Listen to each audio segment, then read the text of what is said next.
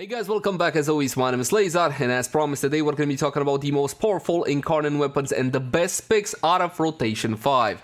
Now, I asked you guys, please be patient, wait for the reviews, and if you did wait for the reviews, then you chose right. We're going to talk about the melees first. You got the Nami Solo and the Akem Brunt. If you're a melee person, if you're a melee guy, if you enjoy melee, hats off to you. The Nami Solo really doesn't look all that impressive. If I was you, I would go for the Akem Brunt. It has a cool little Exodia Contagion style range attack, and subjectively, I saw a couple of vids, and it looks kinda cool from a visual perspective, an aesthetics perspective. Now, let's talk about the nitty-gritty, the range weapon. Starting off with the Vasto, the only secondary we got in week 5. Was this week 5 or week 6? Week 5, because week 6 we're gonna get the Dread, and I can't wait for that one. Essentially, this one transforms into a fan the hammer kind of situation. The problem with it, you get to fire 4 times and then you get back to normal mode. Now granted, the weapon is very easily loadable into Incarnate form, but that's simply not a whole lot. On the plus side, that burst, that fan the hammer can absolutely annihilate even an Acolyte. It's fantastic, it's extremely powerful. Now as per the usual, I have full reviews on all of these weapons, so I'm going to be linking them in the card somewhere as I talk about them. I love the Vasto, I think they did a good job with it, but it simply can't match the power of something like a Lex, because there's a huge discrepancy there when it comes to the actual usability, and not only usability, but more importantly, the functionality of the weapon. Headshots will be loading that bar, and with any load level, you can go Incarnate form. Now in Incarnate form, the weapon changes appearance and functionality as well. It looks a whole lot, well, basically it looks the same with a little bit of growth over there, but you get 24 bullets or 24 charge, and when you run around, you run around like this. You know what this means. Yes, you're gonna be fanning the hammer. And when you fan the hammer, you get a whole lot of recoil, as you might expect. But of course, we're gonna be able to mitigate that through modding and through evolutions as well.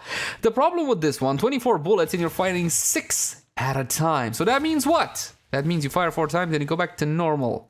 Please don't tune out now. Hold on, the weapon gets better. It honestly does get better than this. So again, charge for headshots, go Incarnate form, fan the hammer, and of course in this mode you're going to be getting yourself much superior stats. It can kill! There was a show about weapons and forging and fire, and there was this guy that could say it could kill. I forgot what it was, but at any point the weapon can kill by itself, one shot. Okay, that was a single bullet into that target, 2 into this one, because I keep my eye always on the procs. Look at that, a single shot, level 165 corrupted heavy goon destroyed, 44,000. If you're gonna be going Incarnate form, there's just simply more carnage. It's as simple as that. The weapon is really easy to charge, but unfortunately, your load doesn't... yes. The charge doesn't really last you a whole lot, so there is that to bear in mind. What I take away from this is that the weapon is powerful in both normal and Incarnate fire modes, and I can switch between them in a mission without any issue whatsoever. I essentially kept my entire magazine for Angst. I'm gonna change it now, and here she comes, and there she goes.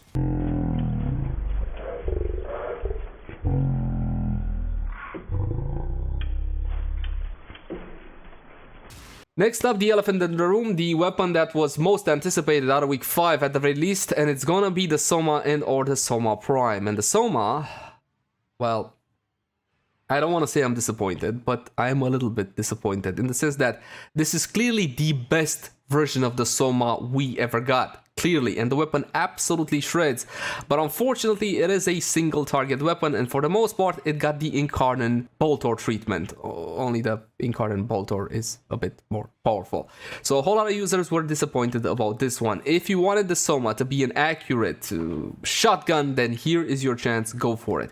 On the plus side, you can build it Felark style and use it in its normal form, and the build is very similar to the build that would take most advantage of its Incarnate form, which is focused more on raw damage. The problem with the Incarnate form, it has a truck ton of damage. Think about it. The Soma went from 24 damage to almost 2,000 if you take into account all the pellets. You got 8 by default, but the multipliers aren't there. You have high base critical multi, but you have terrible status chance. Okay, not terrible, because it is per pellet. It's 3% per pellet depending on the talent that you picked up, and 10% base critical chance. And from what I noticed, some of you guys, as soon as you see, oh my god, 10% base crit, that means it's horrible. It's not a horrible weapon. It's a great weapon, but it can't match something like the Mitre or the Latron, because again, we're talking about AoE versus single target, and honestly, even the Boltor can do a better job. Sadly, this is the current state of the Soma Prime, and from my point of view, you should skip it, at least for now. Unless, of course, we are nostalgic, and in that case, definitely go for the Soma Prime. The best way I can describe this one is as an accurate, automatic shotgun. This is what it is with a hit scan attack. As you can see, this was still 16-17 meters till the target. Full fire rate, as you can see, the weapon is extremely accurate, and your damage went up significantly from 24 all the way to 1920. So that's a huge damage jump. Keep that one in mind for later. Not only that, the weapon by default is going to be firing 8 pellets, so like I said before, it is a bit of a shotgun, and it does have a little bit of recoil. However, at full fire rate, you don't have any issue whatsoever. The weapon somewhat being stable. The full charge is gonna be 200, which is absolutely fantastic. The same amount as your normal Soma that has a 200 magazine, so you can fire to your heart's content.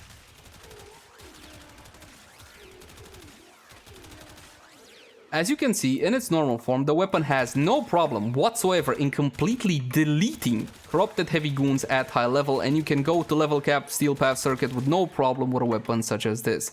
One slight issue, there is no area of effect on this one. Granted, but when it comes to single target potential, this one is definitely up there with some of the best. We're gonna be respawning the targets one more time, and this time I'm gonna be showing you fully charged, fully stacked Incarnon form. Because at the end of the day, that is the point of Incarnon Weapons. Yes, unless it's the Felarks. I want you to take note of how beefy the actual hits are, because this one hits a whole lot harder in terms of damage. You can build this one into flat damage and just go for the raw strength approach, because this is a shotgun. Now you're cooking with gas. Now this one feels a whole lot more impactful, doesn't it?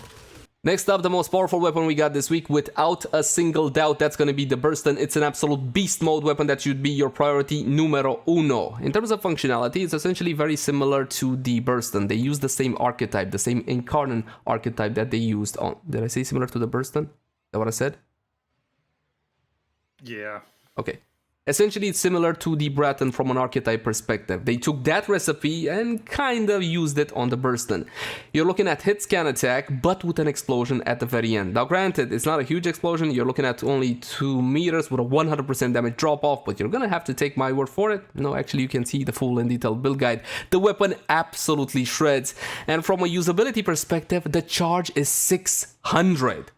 Absolutely freaking insane. And you can also use the Gilded Truth augment to increase that fire rate and get the truth effect. But honestly, considering all the amazing mods that you can have on the Burston Prime, there's really not a whole lot of room for something like Gilded Truth. The point is, this is the weapon you want to get. It's the most powerful out of week 5. Now, normally the Burston is slightly recoiled, and as you can see, it's a hit scan attack. It's pretty easy to aim. It's not a weapon that fights you in general, but in its Incarnon form, this one basically emulates the Bratton in the sense that your attack, while it may seem like it's a projectile-based attack, it is not. This is still hit scan, and upon contact, that's right, these actually detonate in a 2-meter radius, dealing explosive damage, heat damage, as you can see. So essentially, it transforms into this. Now granted, 2 meter worth of explosion isn't all that much, but it's still enough to hit up a couple of targets, and unfortunately the drop off on this one is 100%, which is a little bit exaggerated, and the damage is split 50-50 between the projectile making contact with a target and the actual explosion. We're talking about heat damage exclusively. Look at this. Brt, dead. Brt, dead. And as I stack, you see that the contact damage alone is starting to get close to the one-shot territory. So you're looking at this kind of performance of the weapon. Fantastic. But of course, I know what you want to see. I know what you want to see. You want to see the Incarnon form. And the Incarnon form does this. Beautiful, fantastic, absolutely stupendous. And the deal with this one is, I used what? 30 bullets? 28 bullets to completely annihilate a pack of corrupted heavy goons level 165. I can keep on firing and firing, and hey, why not fire? Yeah, I will shoot at the walls because I can. I'm too lazy to take my finger off the trigger, and I can annihilate whatever stands before me. We got Torment, and I kept my magazine full because I want to see how many bullets it takes to actually kill Torment. And here it is, here she is, here it is. I don't know, it's a he or a she, and fire. something here.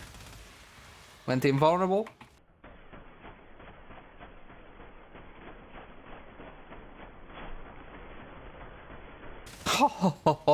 Beautiful. Fantastic. And I do believe, my friends, that is pretty much it. As always, my name has been Leyzar. Thank you guys so much for watching. Like, favorite, share, and subscribe only if you enjoy the content. And I'll catch you guys in the next one. Bye-bye.